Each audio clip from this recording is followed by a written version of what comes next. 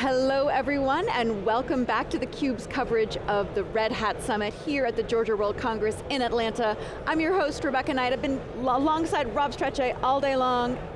We're wrapping up here, this is our wrap up. We're bringing it to an end of day one, which has been fantastic. So, such a great mix of partners, Red Hatters, and customers on here today, which is awesome always. Well, I want to do a callback to what Matt Hicks said on the main stage this morning, where he was talking about how technology environments have become so much more complex than they ever have before, whereas budgets have not kept a pace.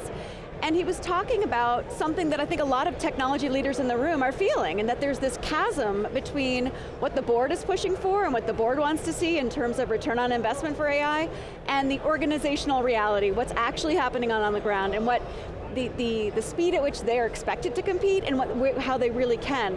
Can you speak to that in terms of who you're talking to day in, day out, and what you're hearing? Yeah, I mean, I think again, a lot of the folks that we had on today also talked to the whole thing of token economics and this whole chasm between token producers and token consumers. Right now, most people are token consumers, and that is part of the reason they're trying to figure out how do they get to production, how do they get out of these pilot, death by pilot kind of situations and become token producers so that they can offset the costs or at least lower the costs so they can get to the ROI of those applications. So I think a lot of these, we talked about it at the Red Hat Linux side, we talked about it at OpenShift and OpenShift AI side, about how you can use this infrastructure along with things like vLLM and some of the other things in Red Hat AI to get and become efficient in how you produce your tokens. What has been striking to you today about product announcements? Because a lot of it has been about choice and a lot of it has been about control as well. So what would you say are the biggest takeaways from this morning? I would say one thing that we didn't talk about today during the day, and I have a funny feeling it'll come up tomorrow, so stay tuned for tomorrow, is the fact that really the migration and the app modernization, part of that is they announced their ability to do a virtualization migration assessment and being able to do that, and that it can be self-run, you don't even have to have a support contract.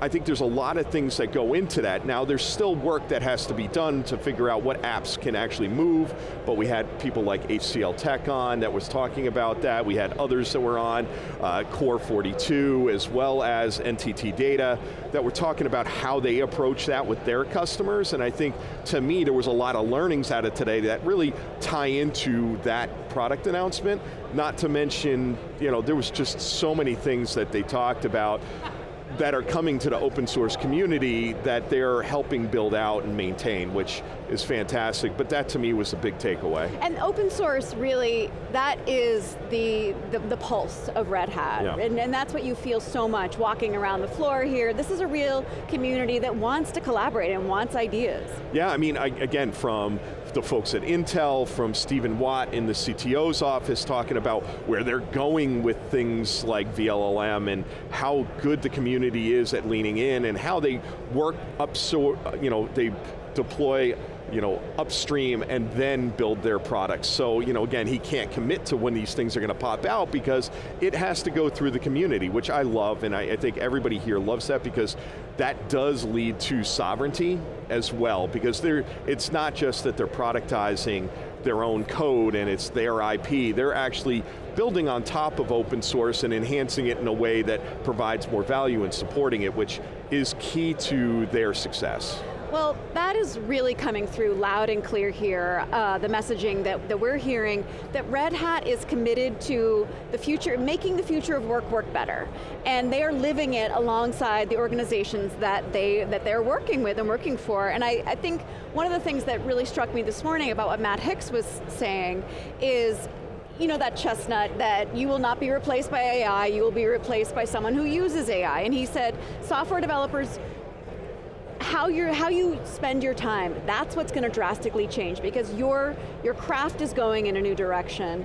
And he spoke directly to managers, to the leaders out there, and he said, you are going to be tested on your ability to delegate. And this is not only delegating to the humans on the team, but also delegating to the agents. And really, your KPI as a leader is going to be your understanding of knowing which tasks are best for the humans, when to involve both of them, when to make this an AI-only deal, so. Yeah, and we talked to a number of people who had said, hey, this is where the processes and the people and how you optimize them and how you move forward and pick those programs to use agentic buddies for. Buddies, yes, exactly. Well, tomorrow it's going to get even better because we're having Matt Hicks, the President and Chief Executive Officer of Red Hat on the show. We're having Ashesh Badani, who is of course Chief Product Officer, as well as Chris Wright, always a favorite CTO. Yes. So I'm looking forward to more. I mean, and Satish and Kevin Kennedy with the partners and ecosystem. I think tomorrow is going to be power-packed, to put it mildly, so I'm really looking forward to it. Indeed, and we hope to see you back here tomorrow with us at the Georgia World Congress live in Atlanta. More from us, Rebecca Knight and Rob Strechay at the Red Hat Summit 2026. You're watching theCUBE, the leader in enterprise tech, news, and analysis.